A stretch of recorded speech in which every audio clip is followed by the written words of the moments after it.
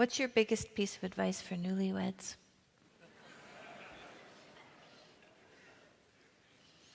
Don't stop dating. I mean, not other people. Not other people. No, I'm very serious about that. Like, you know, when you're, to use a phrase that like Mr. Burns would use from 1920, when you're courting someone, you're kind of on your best behavior, you know, hopefully, insofar as you're capable of manifesting your best behavior. And hopefully there's something shiny and attractive enough about you so that when you are in your best behavior, you're tolerable enough so someone just as desperate as you might dare to fall in love with you.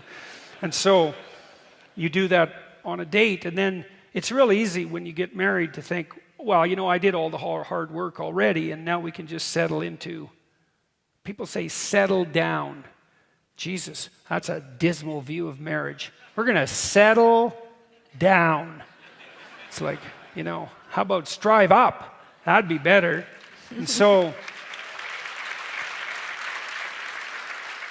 you know, the closest that people get to beauty and romance in their life likely is when they're dating. However distant, they still stay from it. And that's why romance movies are so attractive, you know, because they show people who are peacocking around, let's say, at their best trying to attract each other. And there's something very attractive about that, and there's something romantic about that dream. And it's easy to think that once you've hooked and snared someone, you know, landed them like you might land a fish, that you can just sit on them and they're yours, trapped in your net, and, you know, you can settle down or expand outward or whatever it is that you might be inclined to do. But I would say you don't want to fall prey to that temptation, you know, and you want to see if you can determine how to not only maintain that commitment to beauty and romance in your life, but to become expert at that. And now you have someone to practice that with, you know, and you could get really good at it. And, you know, if you get really good at it, it's kind of a miraculous thing to get good at that, because what you find is that if you pay careful attention to romance, you remember who you married. You know, you fall in love with someone. If you're fortunate, you marry them. And when you fall in love with someone, you fall in love with their hidden best. That's a good way of thinking about it. And they fall in love with your hidden best. And maybe because you're so careful around each other, you sort of let that reveal itself. You know, you're letting the light that you would otherwise have hidden under a bushel shine forth a bit. And then, you know, you close it back up because you're stupid and sinful and careless and irresponsible and all of that. But still, you can see what's there in that other person. Just like when you have a child, you know, you fall in love with that child and you see their eternal essence. That's really what happens when you have a child. And then that's, you know, put into your care, which is a real miracle. That's for sure. And then you can learn how to maintain a relationship with that. And then you can remember who you were with. And then that's a miracle, you know, that you got the person you wanted, maybe.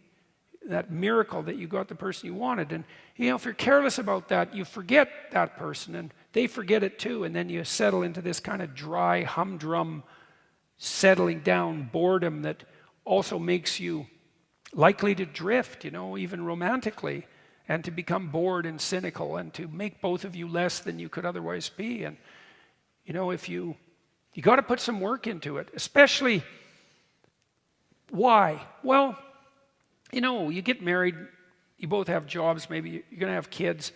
It's very hard to prioritize romance under those circumstances because you're working a lot, you're tired, and you got responsibilities. And, you know, maybe you still love your partner, but the romance falls to 11 on a priority list of 10, and you never get past 5 on the list, you know. And so even though you'd like it, perhaps, you don't have time, or it's not sufficiently important. It's like, that's wrong. You know, your kids will benefit from the beauty of your relationship. They'll benefit from that more than from anything else. And so that it needs to be, I don't know, is it number one? It might be number one on the priority list. To work hard, to work diligently to maintain the romance in your relationship. That's rule, I don't know, 8, I think, in Beyond Order.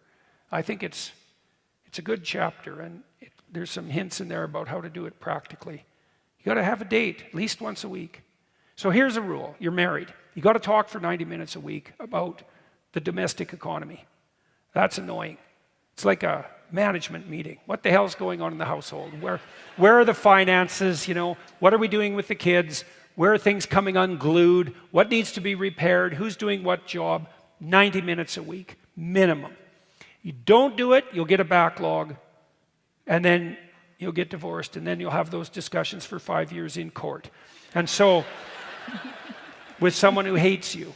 And so, with lawyers taking all your money while you're doing it. So 90 minutes a week, man, you better talk to each other and clear away the rubbish.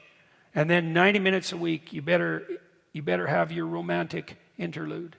And you might say, well, I'm not in the mood. It's like, get in the goddamn mood.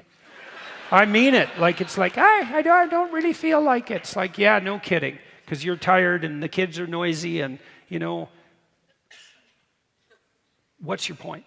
Like, get your act together and get at it, you know, and figure out how to get yourself prepared for it. And it's part of your duty, you know, but more than that, it's like, why would you want to lose that? There's not that, how many things in your life are genuinely like revitalizing, like romance, you know, beauty, music. There's a handful of things, but that's definitely one of them. You don't want to lose that. So, at least once a week, you need a date. And, you know, if you're lucky, maybe it's 3 times a week. And if you're sane, you can probably manage it twice. But once is a minimum. And so, you got to make it a priority, man. And you're going to have to get that 90 minutes of cluttered economic discussion out of the way beforehand, because otherwise, it'll exist as a barrier between you.